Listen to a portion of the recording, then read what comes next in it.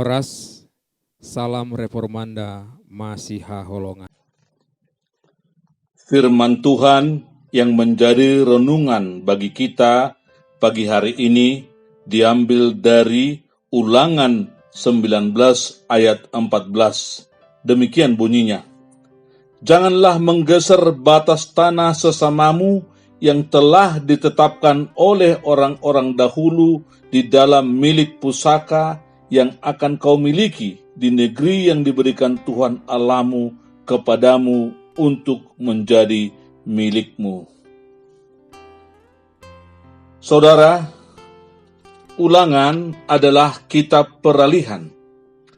Peralihan itu dinyatakan dengan 4 cara. Pertama, peralihan ke suatu generasi baru, karena generasi tua yang keluar dari Mesir dan dihitung di Sinai hanya ada 3 orang, yaitu Kaleb, Joshua, dan Musa. Dan sekarang telah ada generasi baru yang dilahirkan selama dalam perjalanan pengembaraan di padang gurun. Yang kedua, peralihan ke suatu pemilikan baru.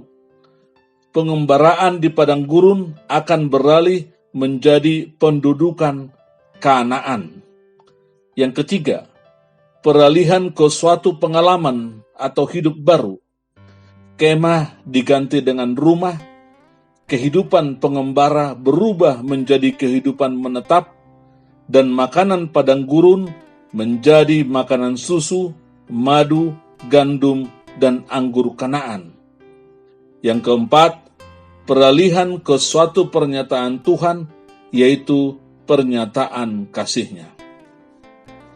Dalam Ulangan, kita menemukan perkataan yang indah, karena Ia mengasihi nenek moyangmu dan memilih keturunan mereka, maka Ia sendiri telah membawa engkau keluar dari Mesir dengan kekuatannya yang besar.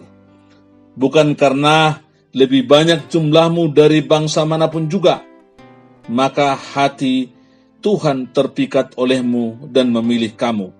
Tetapi karena Tuhan mengasihi kamu, Allahmu telah mengubah kutuk itu menjadi berkat bagimu, karena Tuhan Allahmu mengasihi engkau.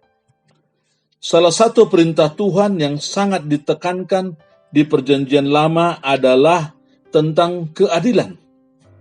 Namun, ironisnya perintah ini justru paling sering dilanggar oleh umatnya. Perjanjian Lama sangat menekankan tentang keadilan agar umat Tuhan berlaku adil terhadap sesamanya dan terhadap orang lain di sekitarnya. Hal keadilan merupakan sesuatu yang sangat sensitif di kalangan orang-orang Israel. Karena itu banyak upaya untuk memberantas ketidakadilan, namun justru ketidakadilanlah yang terjadi. Demikian juga kasus menghukum orang jahat secara berlebihan, atau malah menghukum orang yang tidak berbuat jahat hanya untuk membela kepentingan aturan tertentu. Allah menghendaki orang Israel untuk berlaku adil, sehingga mereka dapat menunjukkan jati dirinya sebagai umat Allah yang berbeda dari bangsa lain. Dalam masa pra-pembuangan, kita melihat bahwa kemunduran Israel dari Allah terjadi seiring dengan berbagai ketidakadilan di antara mereka. Di sekitar kita, banyak kita temukan orang menegakkan keadilan di satu pihak, namun berbuat ketidakadilan di pihak lain. Ada juga kasus orang mati-matian membela seseorang yang jelas-jelas bersalah dengan dalih yang bersangkutan diperlakukan tidak adil oleh pihak-pihak tertentu. Keadilan meski diukur dari keadilan Tuhan. Keadilan Tuhan adalah yang bersalah tetap dihukum setimpal kesalahannya, namun dilakukan dengan kasih, bukan dengan kebencian dan kemarahan. Dan yang adil harus berlaku buat yang benar sebagai kebenaran. Kita sebagai umat Kristus dipanggil Allah untuk berlaku adil bagi semua orang, bukan kepada orang Kristen saja, tetapi juga kepada orang non-Kristen. Kita harus berani menjunjung dan membela keadilan apapun konsekuensinya. Allah menghendaki agar umatnya melakukan keadilan.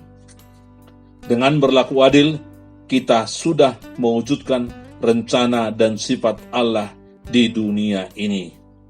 Sebagai renungan pribadi, salah satu bentuk kejujuran adalah ikut menjaga kepunyaan orang lain. Amin.